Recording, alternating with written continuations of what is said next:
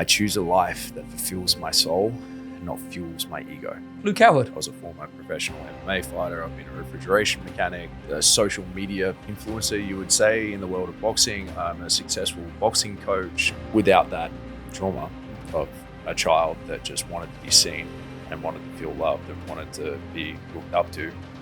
And in order to do that, I had to go out and achieve a lot within sport, which at that time, my sport was judo, martial arts. Without that, I would not have this now. How was it coming to the realization that you potentially may never fight again? Getting ready for a fight, like 4 weeks away, basically like dislocated my knee, tore half of it apart. I have 2 artificial tendons holding my left leg together. I remember even going in for that surgery, like telling the surgeon, like, can I be able to fight again? Do you think you've let that part of your identity go? Getting inside of a ring or a cage in front of a couple hundred or 1,000 people to do it as a spectacle, yes. The mentality, no. Luke, what do you think scares you now? Waking up in like 5 years' time and regretting that I didn't lean into something enough. Wow. If I could have one moment of your time. Most of you guys listening or watching do not subscribe to the channel. The simple and easiest way to help and support us is to subscribe. It helps us get the guests that you guys want, and it gives us a more opportunity to grow this thing to where we want to take it. Thank you so much. Enjoy the episode. Kia ora.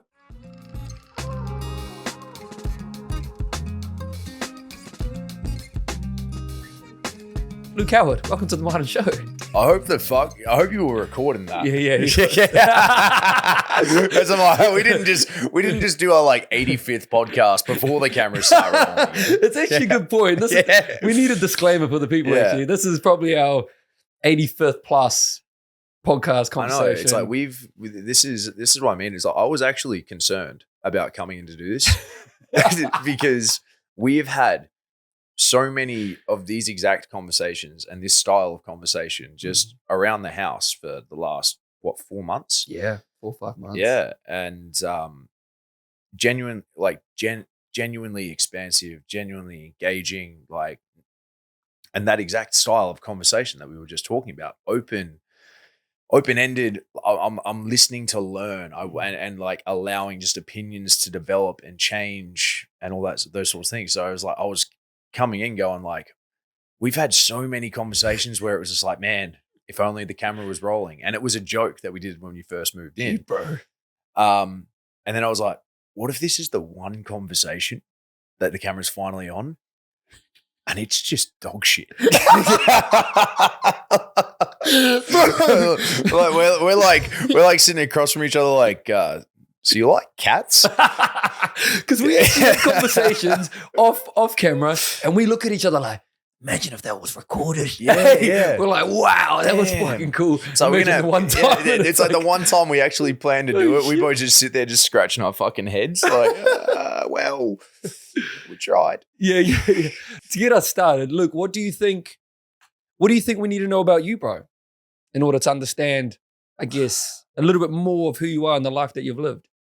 I was a former professional MMA fighter. I've been a refrigeration mechanic. I've played what? Music. I'm a social media coach, I guess, or influencer, you would say, in the world of boxing. I'm a successful boxing coach. I do all these things.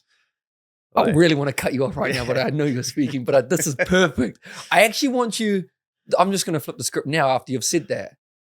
If you had to introduce yourself without saying what it is that you do, the occupation, the ethnicity, where you're from, all those things that you just mentioned, the markers that sort of categorize us into a box, how would you describe who you are?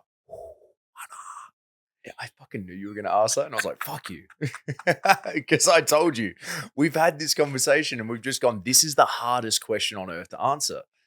Because how do you strip back all the things that I do? We're stripping all the way at that, I would say. Because now I'm just left with my values. You know, I can just list off as I'm a respectful human that's incredibly driven and passionate. Yeah. And I allocate and I use those values towards all the things that I create and the experiences that I have in life. So,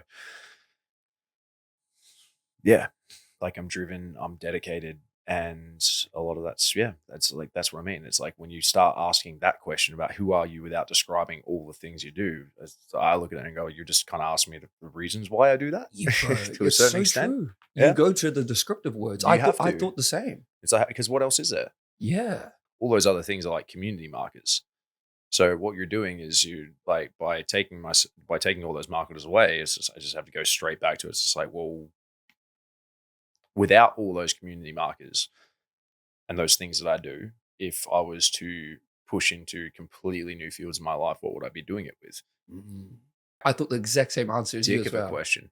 Yeah, it is, Great bro. question. It is. Great question. But yeah, going down that completely philosophical path that we normally do with conversations. Yeah. Which is essentially you've just gone, who am I?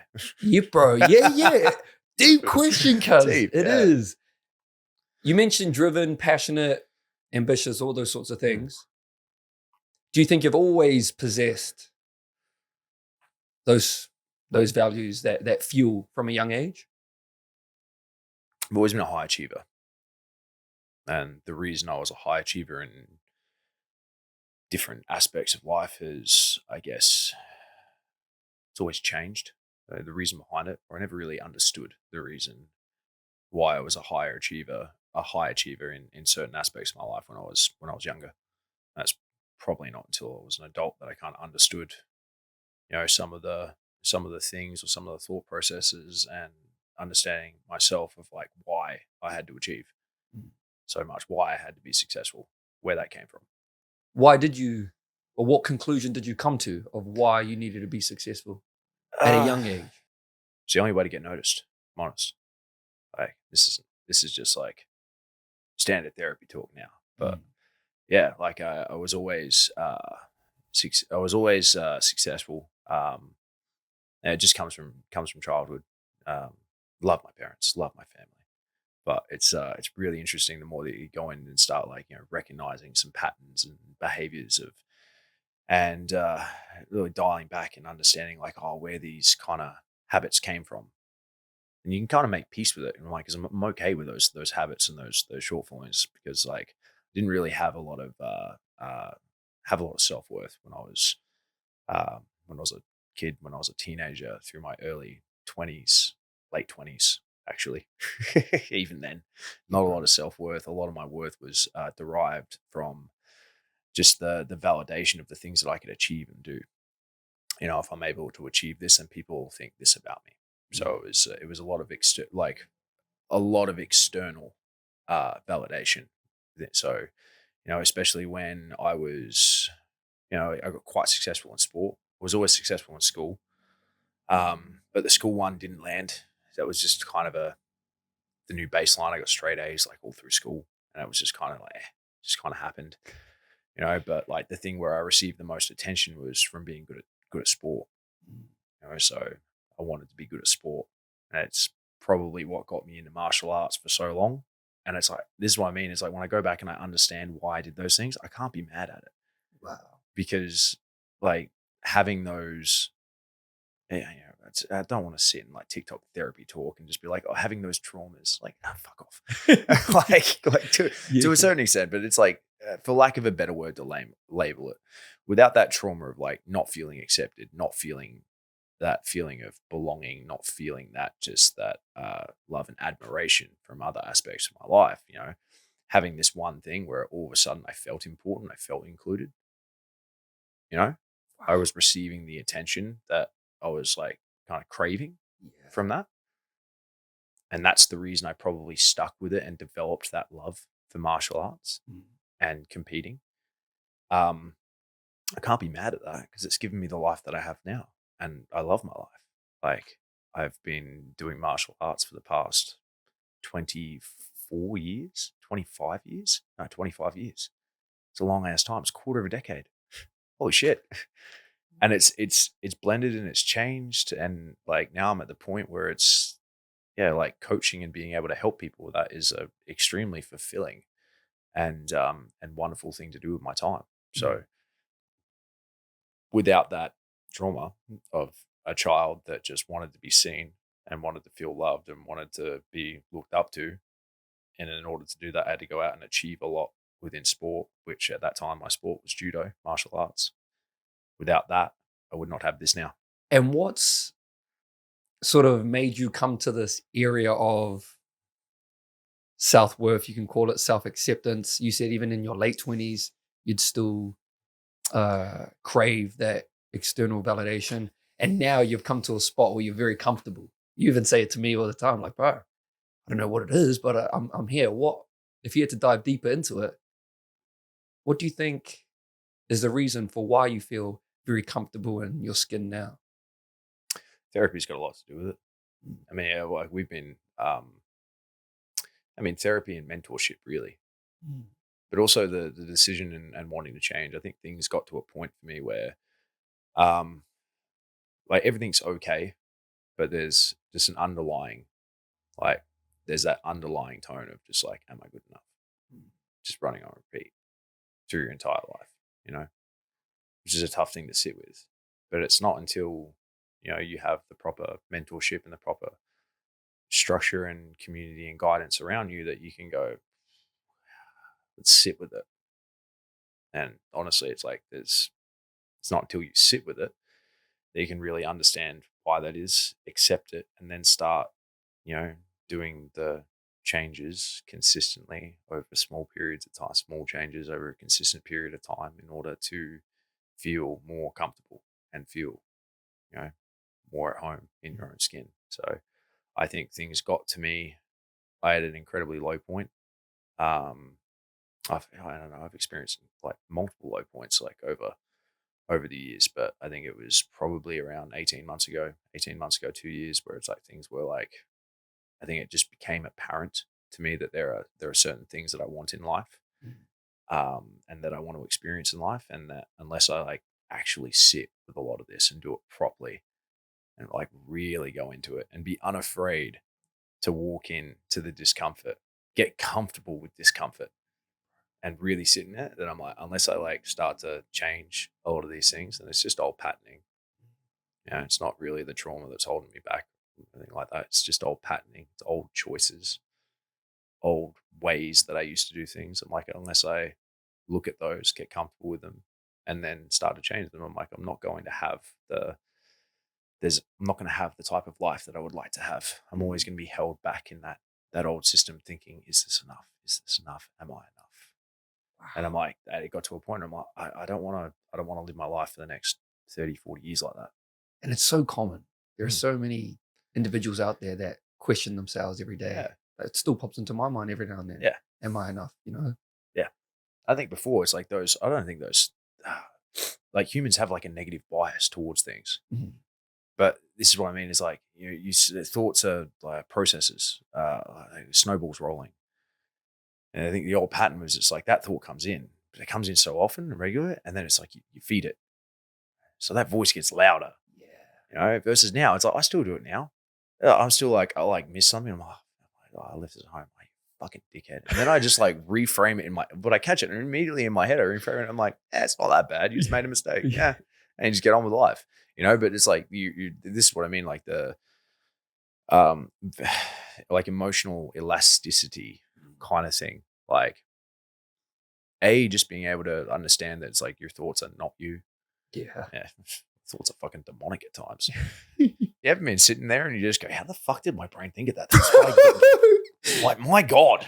I think like man, imagine if someone else could like see my thoughts or hear my thoughts or read I'm my very thoughts. Happy there's no one else can see inside my head right now. Because whoa, that was dark. Yeah. Or like, that's not how I think about anything. Like, where did that come from? But there will be a lot of guys out there that listen to that, you saying therapy's helped. And, oh, wow.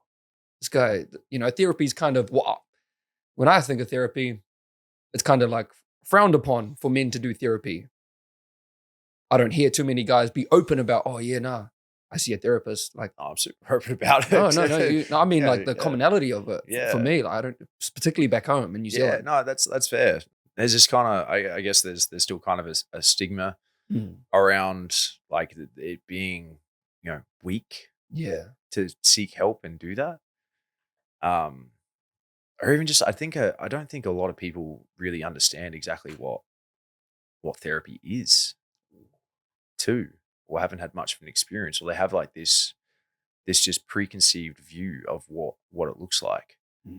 Because essentially, it's like, I still do it every Friday, 6 p.m. Like, it's just blocked out in my calendar. I have a video call with, my therapist, Chris. He's a great man, great mentor. And I just sit down and have a conversation with him. And it's a space for me to process. It's a space for me to, there's been particular things we worked on, but it's also a space for accountability. So you can sit there and you'll go, yeah, no, well, let's go back into that. You're brushing over something there. Like, what's that about? And he's like, okay. So it's just goal setting. Where are we now? Let's just be realistic. Okay, what do we want to like work on? Where do we want to go? So it's not like people have like a people just have this idea. It's just like, if I say to you, I'm like, oh yeah, I see a therapist. They go like, fuck, you must be crazy. It's like, what? Dude, no. or they go like, what's wrong with you? Or even I had this the other day, not the other day, like last month. I was talking to my parents, and they were like, I was talking to my parents, and I'm like, oh yeah, I got to jump off the phone. I'm like, I got my session with Chris in like 20 minutes. And they're like, are you still doing that? And I'm like, yeah. They're like, but you're good now. I'm like, no shit. I'm like, why do you think I'm good? I'm like, because there's like once a week I sit down and I have someone that checks me, and I have, I have that open space in order to process and then, kind of like, it is just, essentially it's just an accountability and an open space just to be more you. Yeah, bro. It's just like without judgment. Yeah. It's not someone sitting there. It's not someone sitting in front of you going like, this is wrong, this is wrong, this is wrong. Wow. You're fucked up. You're not fucked up. Nobody's fucked up. Yeah, bro. It's all just understanding the way you think, and then because it's just like an intricate part that's just been really beneficial for me, my own personal development, my own education, self-education. Now I read a lot more about it, and it's helped change the way that I think, not just about myself, about the world, about other people, about my interactions with other people. Which is like, where else are you going to learn how to do that? And I mean, you look at your life, specifically in the last 6 months, has changed. Oh, massively. In pretty much every single area of your life. Yeah. And you can put that down to therapy. So would you recommend? I wouldn't say it's not all of it. Yeah, no. But it's like, yeah, but it's been a key part. I say there's multiple things that have been a key part. It's not like I just do that. That's why I say it's like, I think that's been really key in like helping me change the way that I think. But it's everything that happens in between. So it's like, they go, here's some tools. Do the work. Got to do it. Yeah. Yeah. So it's like therapy could be completely fucking useless to someone. Like, have you ever heard the readiness to readiness to change scale? So it's like, you've got someone that's like pre-contemplation, contemplation, and then it goes into it goes down the hierarchy and into action. And you can do that with, it's like willingness to change. Yeah. Willingness to change behaviors, or willingness to adopt new behaviors. And I remember I went back and forth with Chris for a while, and this was over a thing, and he's just like, yeah, I'm gonna like, cool, here he goes, you're still like pre-contemplative, because it's like, no matter, it's like that whole thing, like, of, you can lead a horse to water, but you can't make it drink. Wow. Like, when it comes to behavioral change and like cognitive behavioral therapy and stuff, like, you have to want something different in order to do it. It's just a mental playground in the same way like weight loss is a physical playground. I can sit here and be overweight and just go, I really want to be skinny. It's like, great. You're pre-contemplative. Yeah. Contemplative. You want the thing. Now are you willing to do the things in order to achieve it?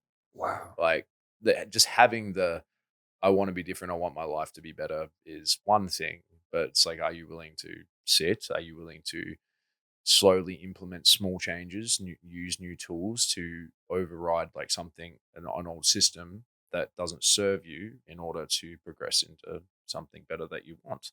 Because was an interesting thing that I found, that it's seeking comfort. And sometimes there's comfort in familiar. I always fuck this word up.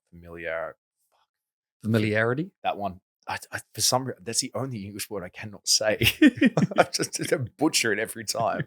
But there's comfort in familiarity. Thank you.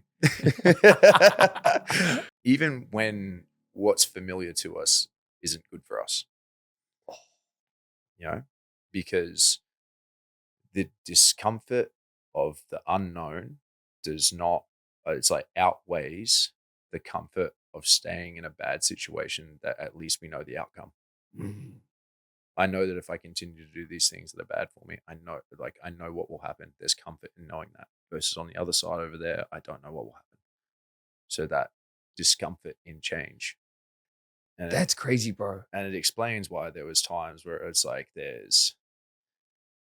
I would, I guess, like seek out old behaviors and things that I knew that didn't serve me. I knew that I didn't like I didn't like the type of person I was during them. I didn't like how it affected me, but I would seek out those situations because of the comfort of knowing what that is, rather than dealing with the discomfort of something new.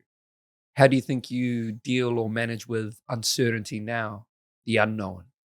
How do you deal with the discomfort of the unknown now? Because I'll be honest, bro, the last 2 years for me have been the most uncertain my life has ever looked. And I think it's meant to be like that for me. I'm just in this period of my life but man, sometimes I struggle with it. I think it's understanding that outcomes in life are reasonably uncertain. So whether it's a new venture or whatever it is, and I'm uncertain of what that outcome or what that is going to look like. So I can't predict the future. I can do my best to implement enough like tasks and enough Actions. steps and enough actions that will, that should lead to a certain outcome. But you can't guarantee that. So when it comes to dealing with, the discomfort of uncertainty, it's more or less coming back to the acceptance of that, but then going, well, if I can't be certain of the outcome, I can be confident in my ability to be okay no matter what happens. Wow. I can draw back to, and I can, because when you're dealing with uncertainty, we're also talking about anxiety. I don't know what's going to happen over there, which is a horrible place to sit in. Nervous system. So the nervous system is feeling anxious about the future threats, like what's going to happen in the future. Okay, so the comfort with that is, I at least I trust my ability, and I am confident in my ability to handle, anything that's unforeseen that's coming my way. I trust I'll get through it. Yeah, I'm confident that I'll get through it. And is that the same as faith? Trust and faith? What's the difference between trust and faith? Would you say that from a religious perspective that faith is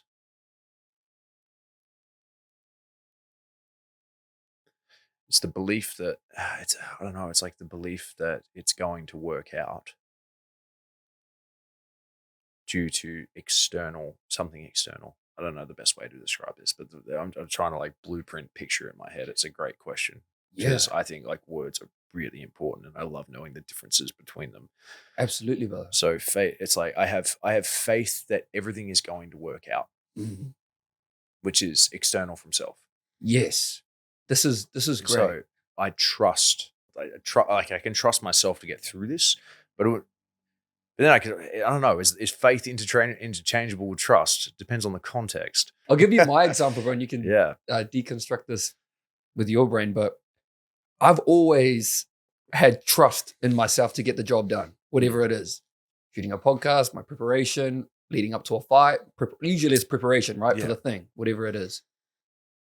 But I've definitely come to a place in my life, particularly in the last I'd say 6 months, where I've wanted to put trust or faith into something externally as well, something outside of just me. Why?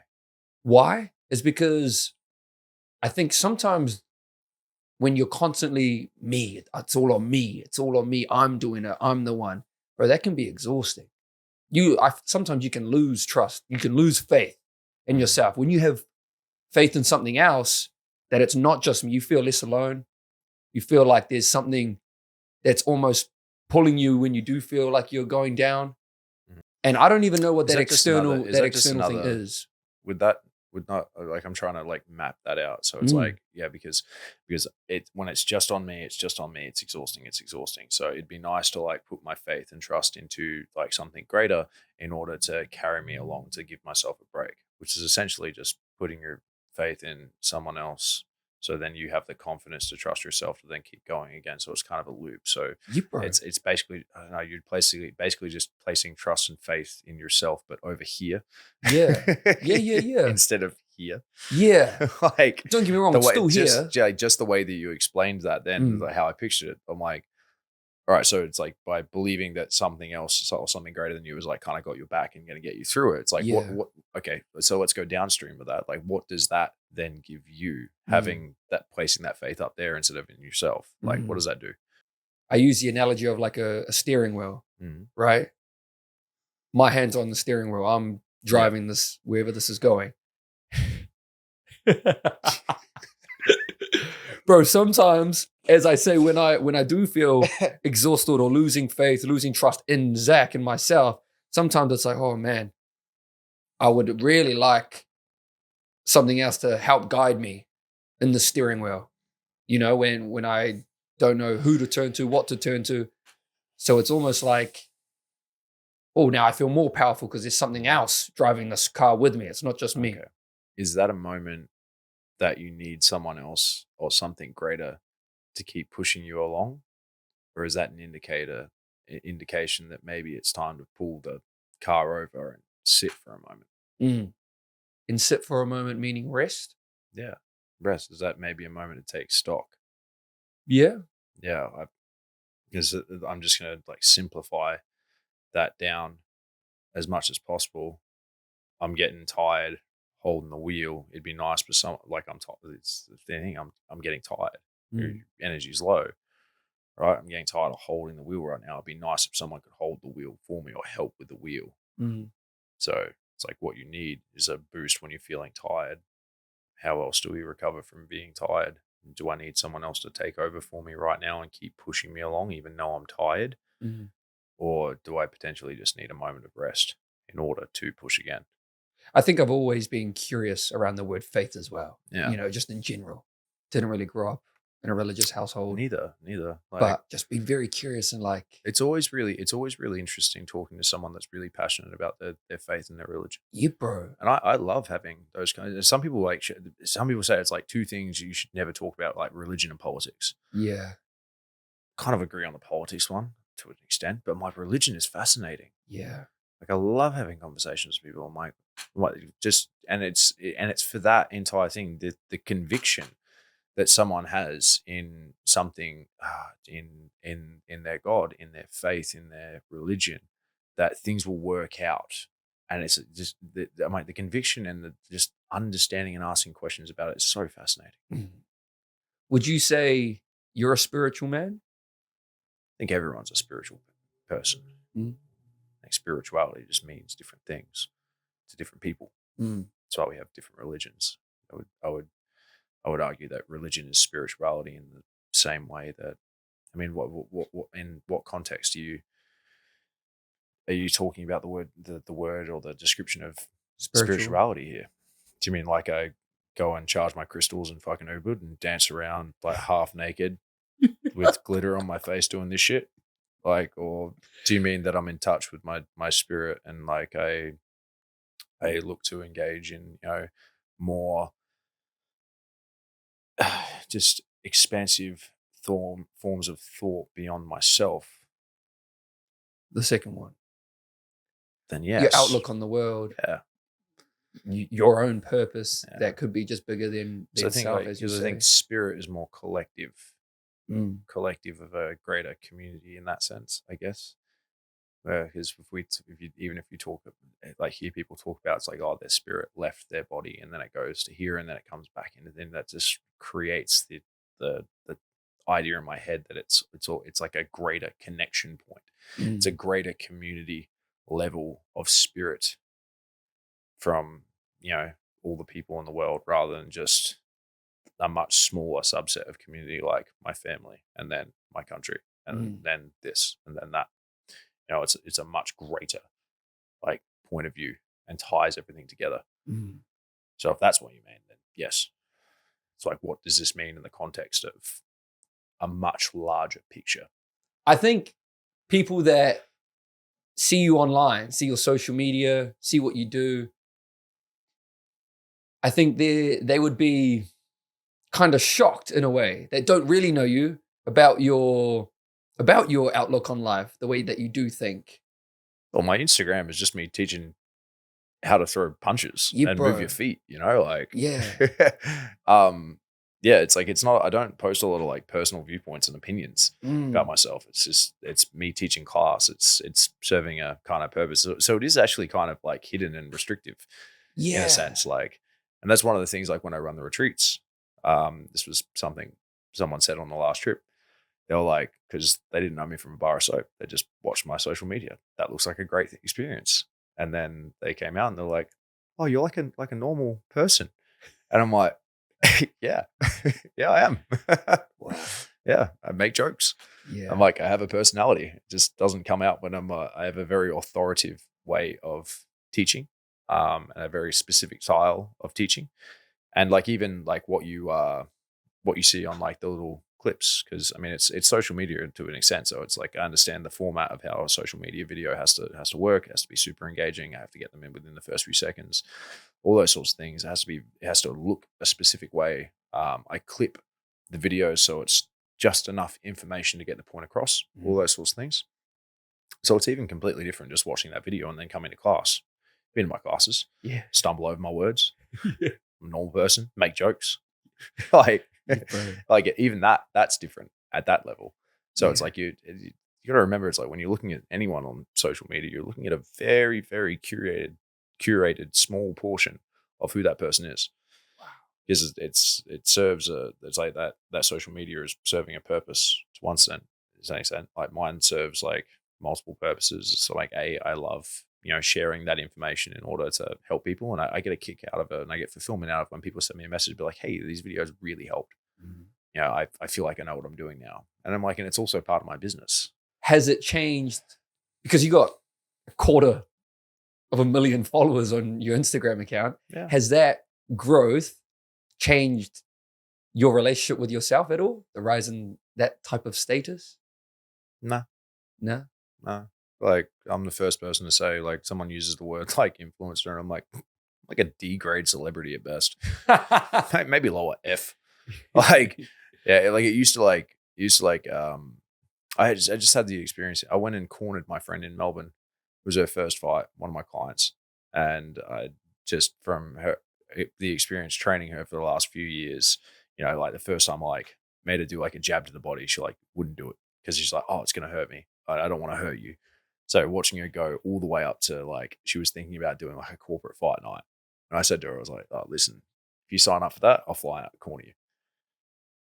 And like, because that's a massive thing. But even when I got down there, it just like little jokes, like people, like someone's, it's like the organizer event. He's like, oh, I didn't realize a celebrity was like coming down for the show. And I'm like, nah, just here to corner my friend. Yeah. And like it's a weird thing where it's like someone came up and they asked for a photo, and I'm like, this is like, okay, like sure, that's a weird occurrence to me, because to me, I'm like, I'm just another dude that's in the gym that really enjoys training, that really enjoys teaching, and just likes to share what I do on a daily basis with that. Like, I don't perceive myself as above everyone else just because a lot of people follow me online, which is why I guess like I don't really like the term like influencer in that sense, but like I don't care if people use it, because like I'm just more good with that, because I have met like a bunch of people with large followings, and the first thing they do is I have a large following, I have a large influence, and it's that whole like entitlement of like, I'm important, I should have things because of this. And I'm like, no, I'm good.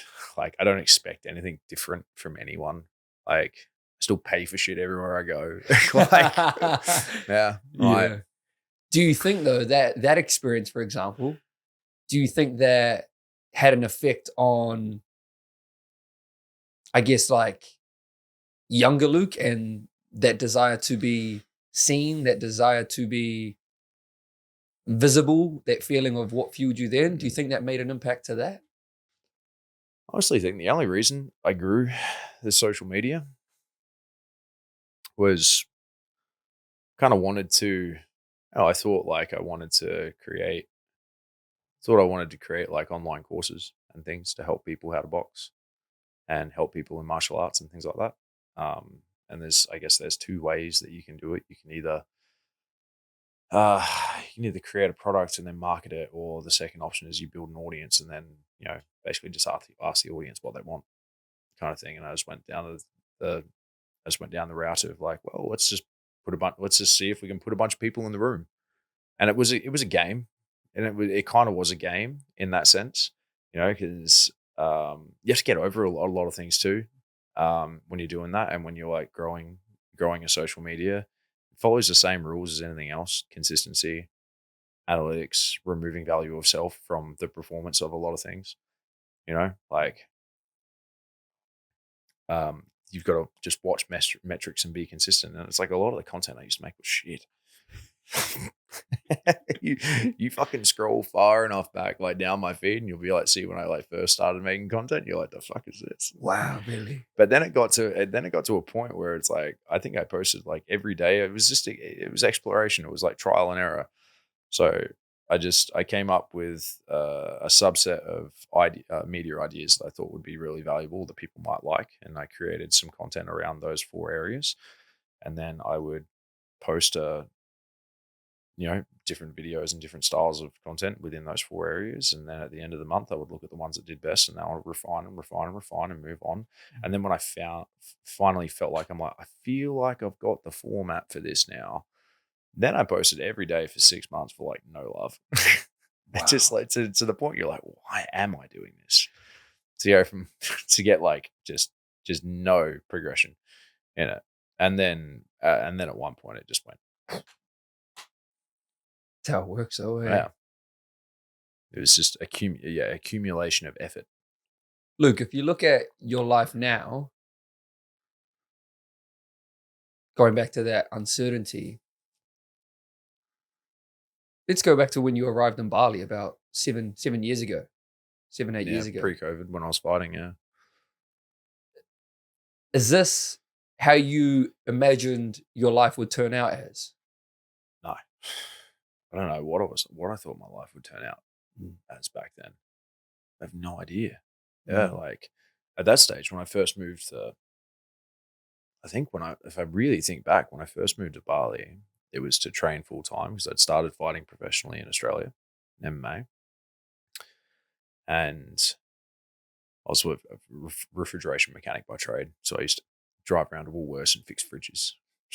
Shit job. Oh no, I can't speak that bad about it. Like, there had some entertaining parts. Like I like the idea. I like problem solving. So, I just realized then I'm like, refrigeration is just problem solving, and actually coaching is most of the time just problem solving. So I'm still doing the same thing, just about something that that's the thing that I kind of like doing, but it's like the avenue is just far more interesting now. Wow.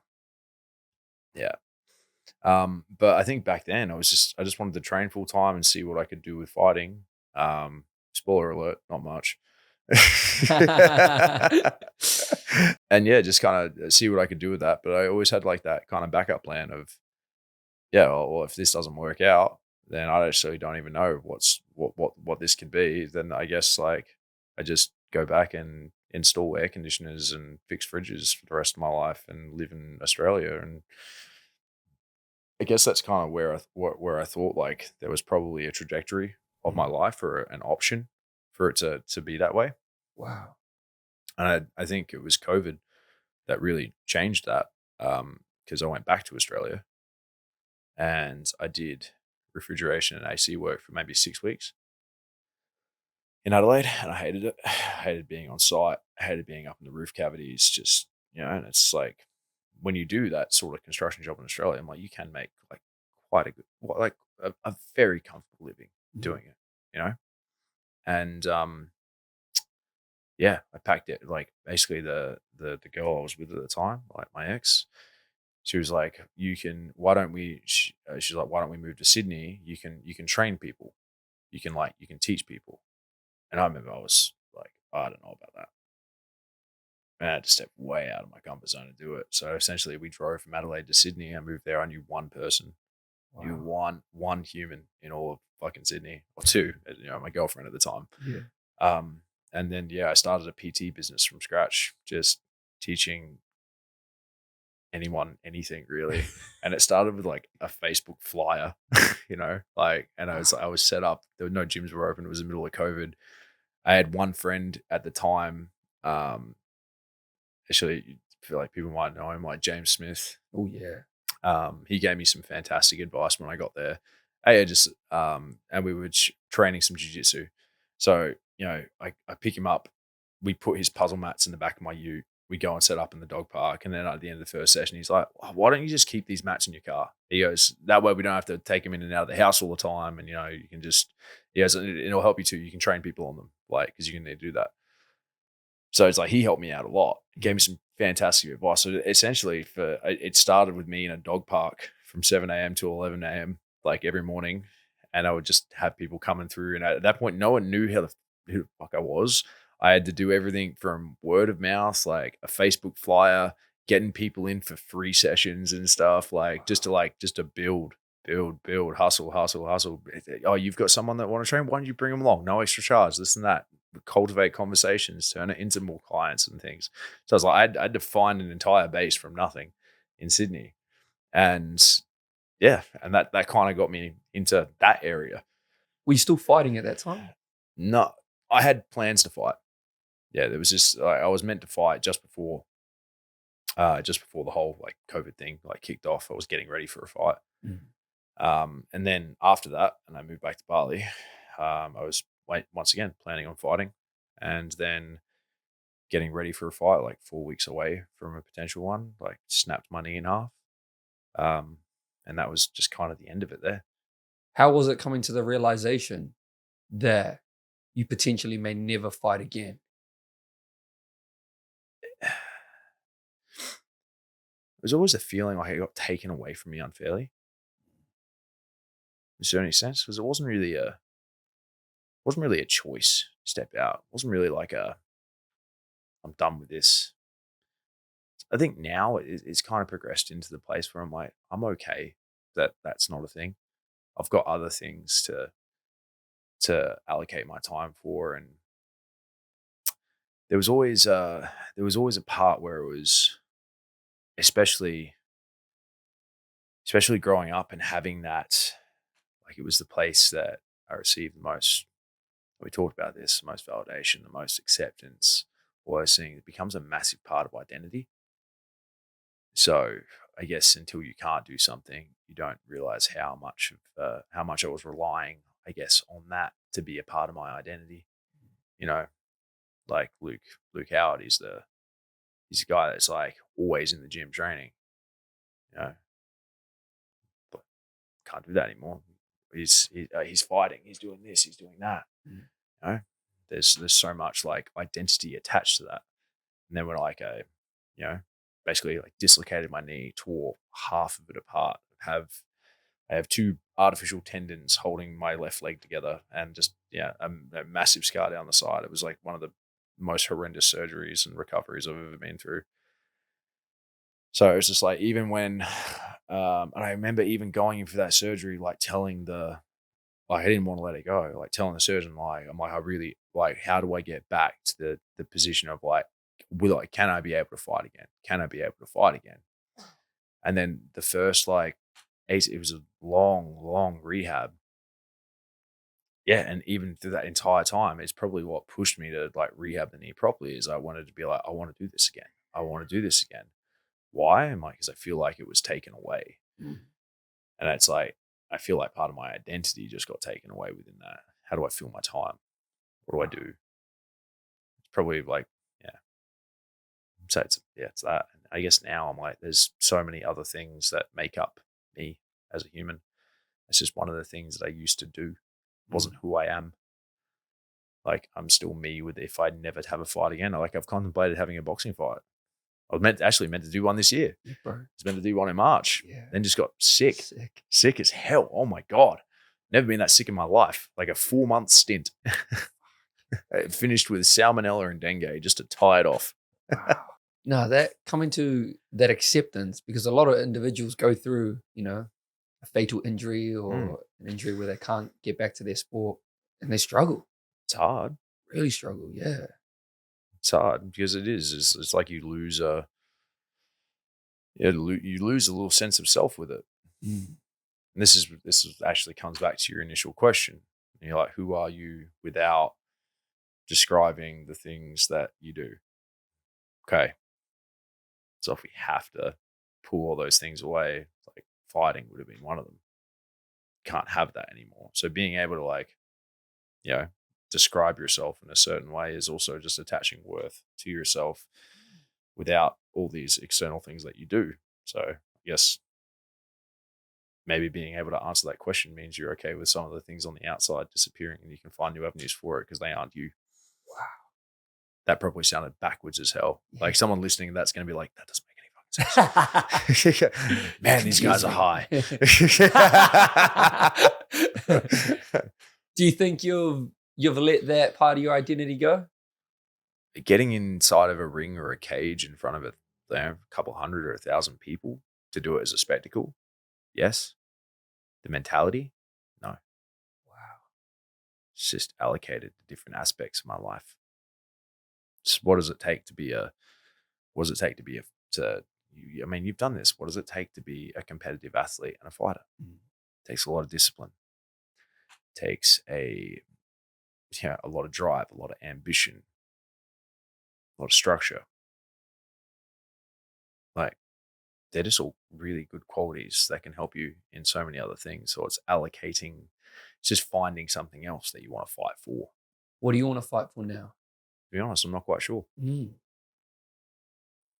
Yeah. Like I've got that quote written on my window on my mirror upstairs that I read every day. And I'm still not entirely sure. And the reason I put it there is I figure if I say it to myself long enough, I'm going to understand exactly what it means. Because I understand the premise. I just don't exactly know what the outcome or the direction of that is. Wow. And it's I choose a life that fulfills my soul and not fuels my ego. And I read that because I'm like, I love the sentiment of that. But if you ask me, like, all right, cool, what does that look like? I don't know. We're working it out. It's a work in progress. Wow. It's a work, and maybe it'll always be a work in progress. But I think maybe it's just something that I consistently remind myself when opportunities come up. And do I go, am I saying yes to this because it's going to like fuel my ego? Or am I saying yes to this because I feel like that's going to fulfill my soul?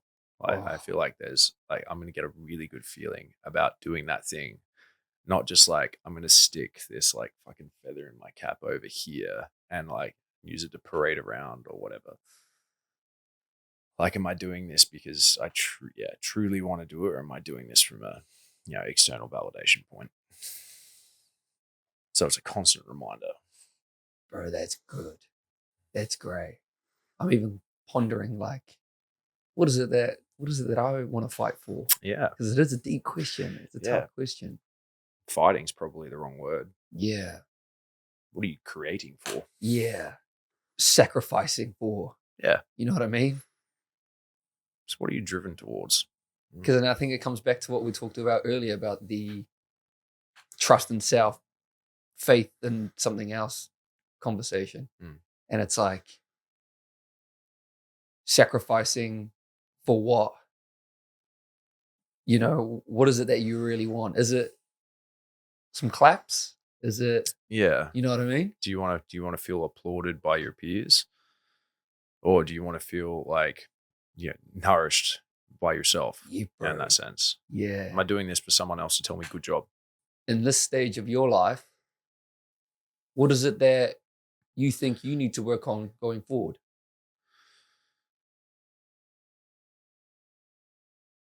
More challenge and discomfort.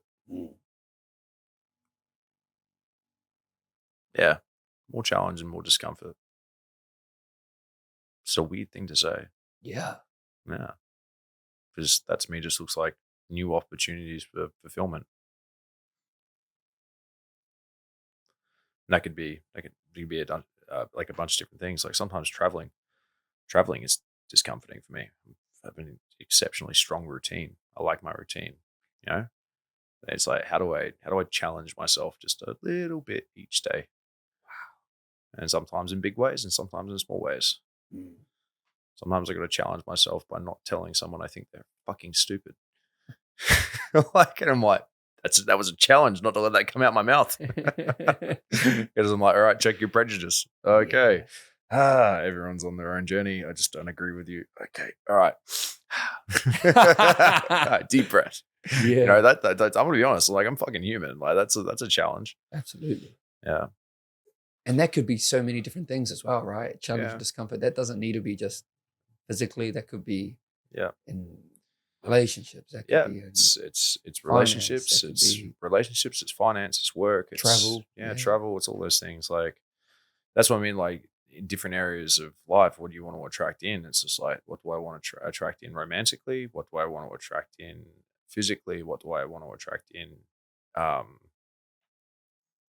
financially? Did I say financially? Yeah, Yep. financially is the other one.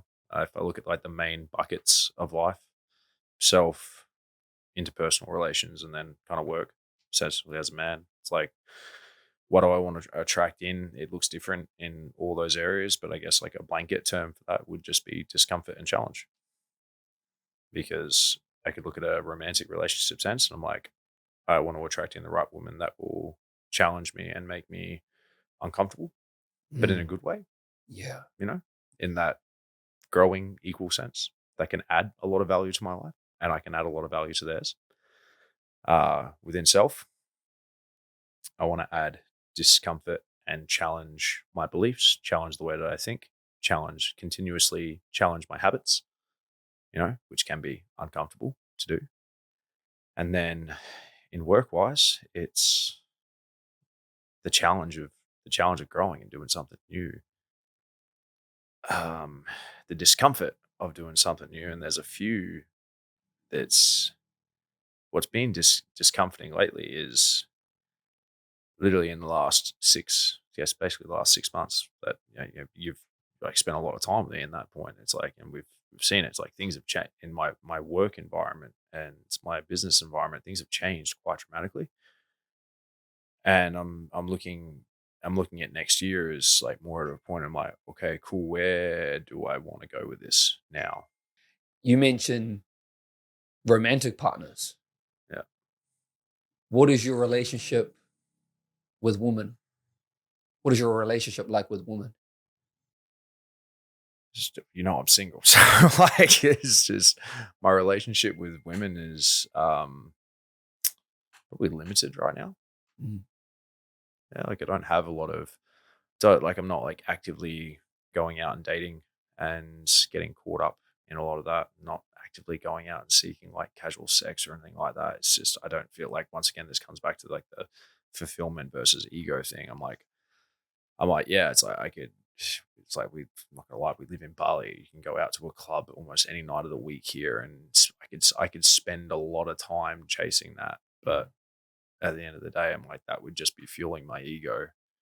There are plenty of other things right now that are fulfilling me, and I'd rather spend my energy to that. Like I'm not closed off to the idea of like meeting and spending time with women. I think women are amazing. We've had a lot of conversations lately about, I guess, like the differences. We've potentially like divisive conversations lately about the differences between men and women. Which is really interesting. And I don't think I don't think there being differences can be a bad thing. Once again, everyone has value, and everyone has differences. We've had many conversations about women, as you say. Yeah, or men and women. Men and women. Yeah. How has your view... We're not just sitting there in the most misogynistic household on earth. Like, fuck. Let me just preface that for everyone watching. Jesus. They're beautiful. They're actually some of the greatest conversations I've learned, about women from another man. How has your view on feminine energy changed as you've gotten older? I guess there was always a point in time where I saw, like, especially recognizing feminine energy within myself as weak, which it isn't. It's just different. Like, what's weak about? If we look at, I mean, there's multiple ways you can talk about, like, masculine and feminine energy, but I guess from a blanket, like, textbook, you could read this definition online in 1,000 places. Like, masculine is more driven, more protective, more ambitious. Feminine is more soft, more nurturing. Right? So that's just it's like, what's wrong with what's weak or strong about either of those qualities? They're just different. So me being able to nurture myself, even just by taking a rest, or like nurturing myself would be making sure that I have good, healthy food, that I take myself to the gym, that, I spend time with my dogs, kind of thing. It's like, what's wrong with that? There's nothing weak about it. So I think, whereas before I used to view, like, when I was much younger, I used to view a lot of those things as just that typical, just had to stick on this side over here. Yeah, like, there's no time to rest. No, don't do that. It's weakness. And you just, to a certain extent, like, there's a lot of interactions that are set up to, like, keep people thinking in that sort of way. And then I also had personal experiences through that, where it was like, say, I started to be like, no, it's okay. I got to acknowledge, like, those sides of myself too, like even opening up and speaking about emotions and things like that. And then, it's like I had the experiences, like, when any time I did that, there was also a punishment that followed almost. So it's like, how much are you going to keep? How much are you going to push away from that side more? Where it's like, hang on, there's a bunch of people around me, or say in the context of, say, a romantic relationship, I need you to open up about this. Then you do it, and then it gets used against you, and there's punishment for it. You're like, well, fuck. Well, okay, that ain't a good idea. Not going to open up again. Yeah, not going to do that. Yep, that definitely is weak. Or it's weaponized. What traits in a woman do you think bring out the best in a man? I'll say multiple things, because there's things that, like, just bring out. I'm thinking of something that would truly only happen within a romantic relationship between me and a woman. I'm thinking along those lines rather than just going blanket, like, because I could give you a bunch of things that was just like, there's things that conversations like this bring out the best in me. But I don't want to date you. Like, so yeah. You knew that one. You gave me the look. Hey, I did. Receptive. It's like receptive to receiving. So being like receptive to providership, but just in different ways. It's like I had a beautiful interaction with my friend when I went to Melbourne just recently. She gave me a place to stay, and even just that, like, and I said to her afterwards, I was like, I really appreciate you being, like, receptive, just to, like, even just from just letting me, like, take care of you in, like, small ways, like across the weekend, and just in little ways, nothing massive. Yeah, just like, it's all right. I got dinner. I got this, like, tidy up the house, get something for the house, all those little things. Like, just a woman being, like, receptive to someone going, like, let's do this, or receptive to leadership and providership in that sense. That is something that makes me want to give more. And it's like, and it doesn't make me want to give more in order to receive and get something back. It's like just that the act of giving is fulfillment. The act of providing. And then on the contrary to that, what traits in a woman make you want to like shut down, do the opposite? Is it the opposite of receivership? But I mean, like that. I mean, I don't think that's a female thing. I'm like, I know plenty of men that can be incredibly like criticism and that like accountability. They don't want to look at themselves. So I think those things are particularly just icky in our relationship.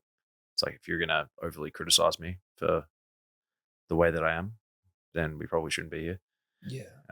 And if you're not going to take accountability when I say, hey, listen, like this behavior over here, I'm like, I'm not really appreciative of that one. There's no accountability there. And I'm like, okay, this is kind of a non-starter. But I don't think that's, you could probably say this, like women could probably say the same about men in a relationship with that. Like that just comes down to interpersonal relations. Like even friendships.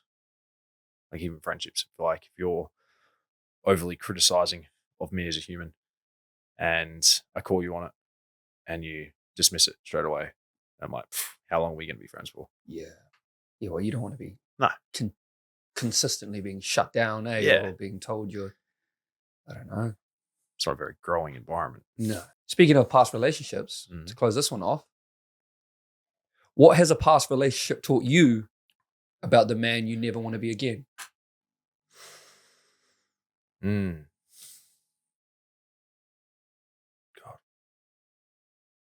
What has a past relationship taught me about how I never want to be? And that one gets me. Yeah. Never want to hide from conflicts. I never want to hide from myself again. And we talk about this because we have talked about this because I had a particular relationship that was quite emotionally, physically, just draining in all senses. And I'm like, basically what we were talking about then, the criticism and everything, that like just that on repeat and over, and actually just ended in quite a negative way. So yeah. And I lost track of like a lot of my identity within that. And I think I was trying to people please a lot more, or try and hit a saving mode or a savior mode within that. So lost track of the things that were really important to me and my own personal values. So that's definitely something that's a lesson that I've learned, lesson that I'm grateful for. But yeah, that's definitely, I think back to, it's just like an on-flow effect. I think back to not just that, but the on-flow effect of how I thought about myself through that entire period. Wow. Yeah. And like we talked about, like that negative self-talk can just be like a big snowball. And the way that grew and the way that became consuming, I don't want to, I learned that I don't like that person. And that's a person that's going to be more quick to resentment, more quick to anger, more protective, more disconnected from community. Yeah, that's not a person that I want to be. Luke, which stage in life are you at now, do you think? Saturday?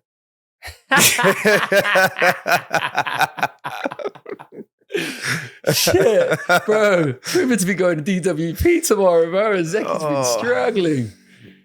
I'll give you an example. Give me an example of that one. I know from witnessing that you talk to me a little bit about fatherhood. And I think over the next sort of couple years, that stage will become more, I think, just looking at you and being around you, that'll come into fruition within the next few years. That's just what I see looking on the outside. But that's what I mean about the stage that you're in, about Yeah. where you are with your career now. Things are starting to Building. become a bit more stable in your life. Building and stabilizing is what I'm doing. Not nesting just yet, but stage is coming, I guess. Yeah. You said the fatherly thing because you were watching my stories the other day with James and little go away. Yeah. We've had many conversations about this recently, though. Yeah, it's like my friends just had like kids, and I'm just like, they're adorable. Yeah. That whole, I'm like, yeah, this would be nice. And that's an interesting point, I guess, like in life as well. Or whatever, I'm 33 now, where like if you put me in that scenario, like I don't know, 3 years ago, like 4 years ago, I'd have been like, yeah, kids are nice, but you can have this back now. And now I'm like, man, my friends that have kids, I'm just like, oh, I can't wait to go hang out with them. I'm like, these are cool. Wow. It's like the mental switch in your head. I'm like, yeah, I'm like this. I'm like, I'd be good with this. I actually, and more or less, I'm like, it's more or less like I'd actually trust myself to be able to do this. Where I guess like 4 years ago, I'm like, yeah, don't entrust your small child to me. Like I am not going to know what to do with it. Yeah. Younger Luke was fueled because he wanted to be seen. Where do you think your fuel comes from now to want to continue with the business, with yourself as a man and your own personal development? Where does the fuel source come from now? Self. All self. Self, and I guess like purpose of. This was an interesting thought that I was thinking that I was having the other day. It's about talking about like, purpose and I guess like servitude. Like how does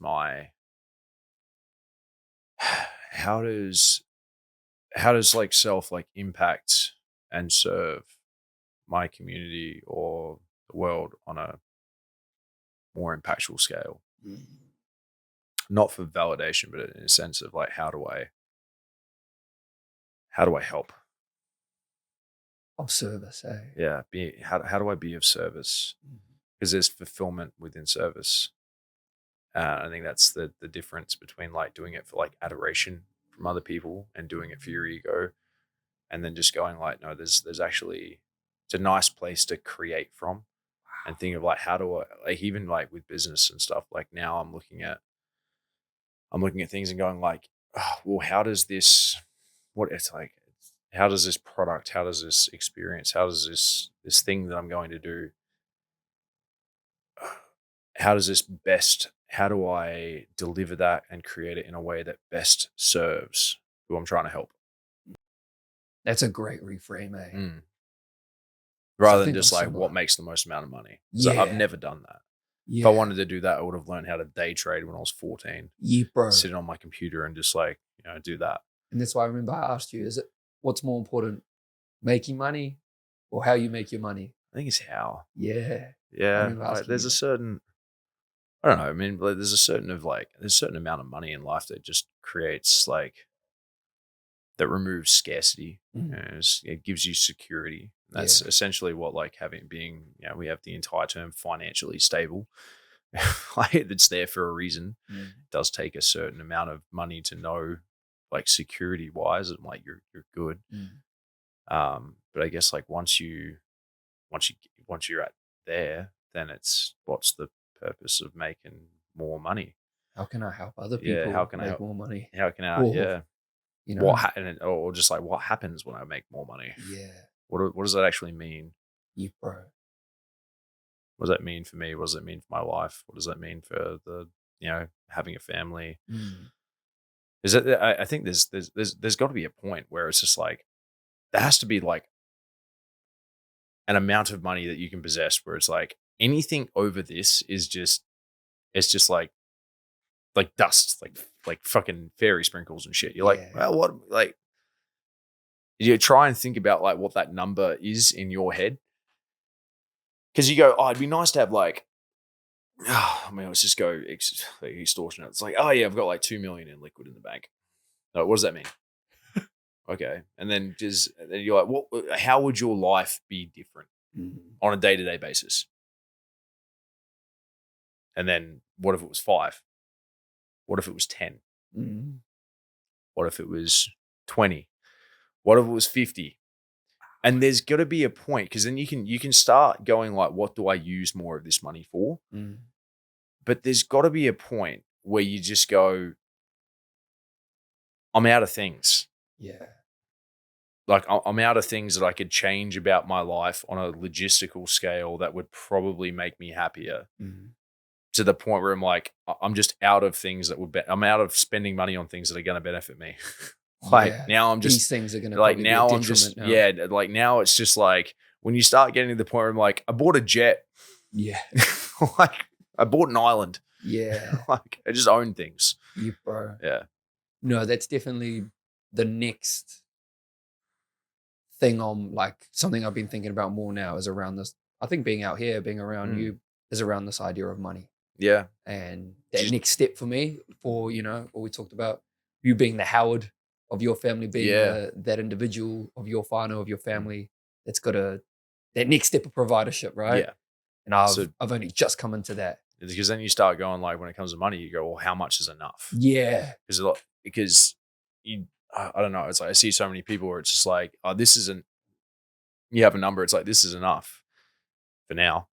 And then it becomes the pursuit of getting that. Then when you get it, is it really enough? We can do more. Yeah, we can do more. And I can see how that, I guess, mindset. I'm trying to. It's dabbling between or bouncing between the two ideas of either complacency or complacency versus ambition within that. Because, you know, complacency is like, oh, this is enough kind of thing. This is comfy. Or it's like, is it? So does that kill ambition?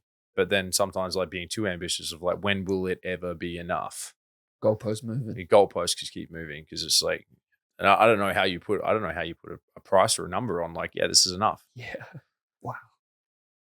When it comes to chasing money, it's like, how many freaking just mind-numbing conversations have you had with people here about their fucking monthly revenue numbers? Oh my God. Yeah, you know, things will be good when I get to like 50K revenue a month. And I'm like, okay, that's nice. Then what next? Then it's 75. Then it's this, then it's that, then it's this. Why? Luke, what do you think scares you now? What would you say is your biggest fear now? Waking up in like 5 years' time and regretting that I didn't lean into something enough. Wow. Because I feel like that fear of not taking an opportunity, although it made me feel uncomfortable, or not leaning into something that made me feel uncomfortable. And that fear of that fear of not knowing where that will go will outweigh the fear of, or to me outweighs the fear of not knowing where it will lead in the moment. It reminds me of just that risk and regret. Yeah. Right. That what you're talking about there is waking up in 5 years' time and feeling a whole lot of regret that I didn't commit to that thing. That I didn't commit to that thing. I didn't try that new thing. That I didn't trust myself to like step out of that comfort zone. Wow. Yeah. The fear that the fear of choosing comfort over discomfort. Luke, in my final question, if you had to go back to younger Luke. I thought you were going to go back to lunch. I was like, I haven't had lunch. I was going to go longer. Longer. Yeah, longer. Younger Luke. I'm not from London. The Lukey that did want to be seen, that did want the external validation. What would you want to say to him, bro? Same thing I tell him now. I see you. That's what's important.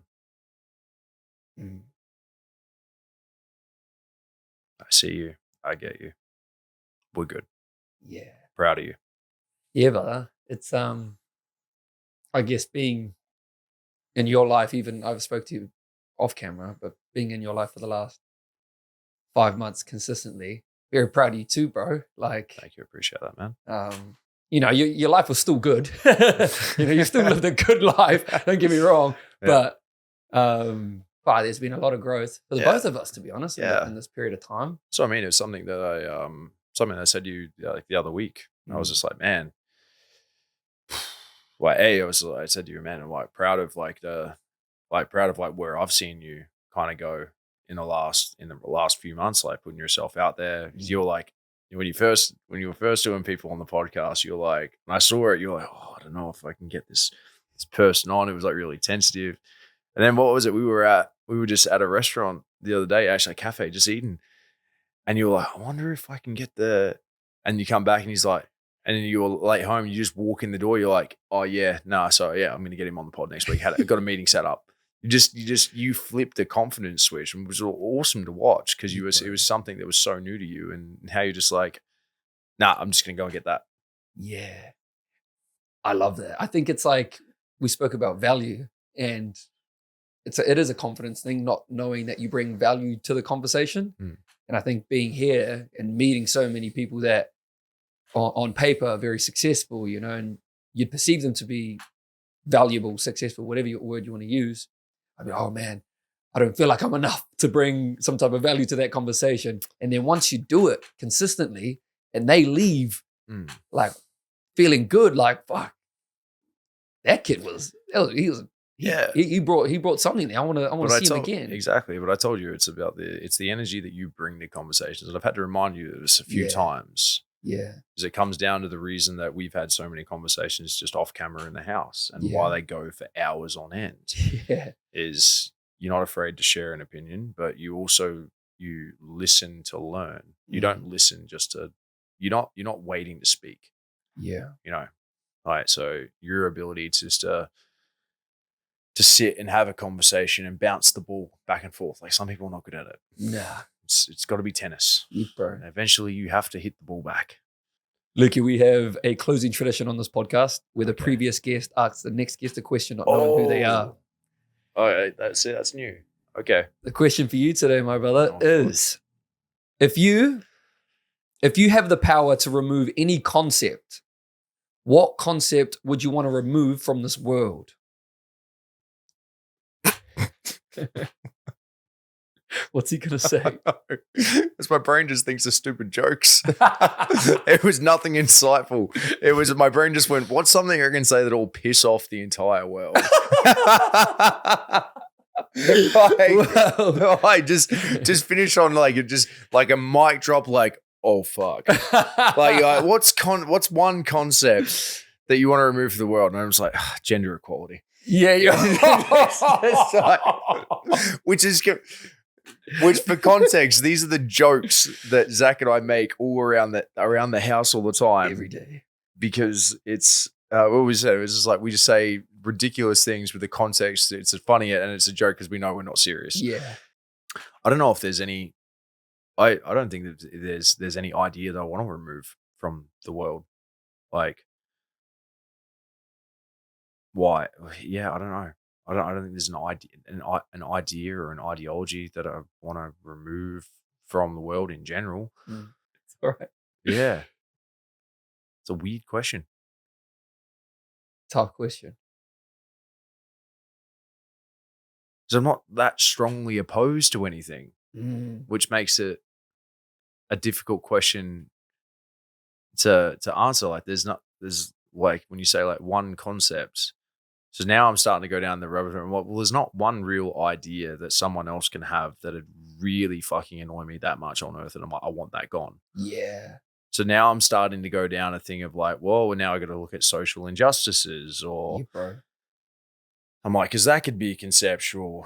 Okay, we should probably stop. We should probably stop sex trafficking. Yeah, that's a concept. Let's get rid of that one. Yeah.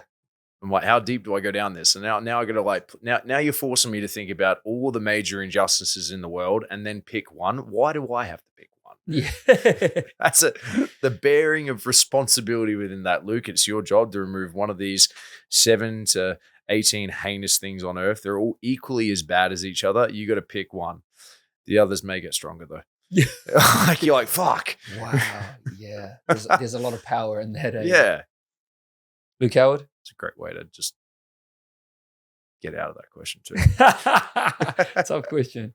Where can the people find you, brother? So don't say my address.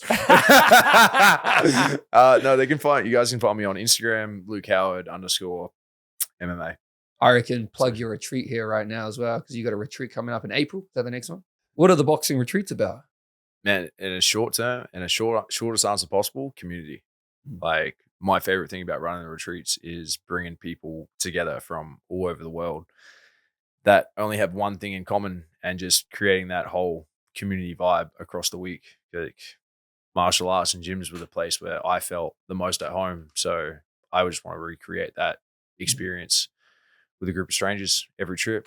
And I get a lot of fulfillment out of like watching how long it takes everyone to leave and say goodbye to each other at the end of that week. Wow. Like, that's a big thing for me. That's always really cool. Yeah. All right, team, that concludes another episode of The Martin Show. We will drop Luke's details below. Bali boxing retreat somewhere around here. I might be back for it as well. So, get this thing going. We will also drop _The Martin Show right here. Make sure you're subscribing to this channel. We're going to be back next week for another episode. Go show some mana. Go show who you are. Kia ora. Thank you.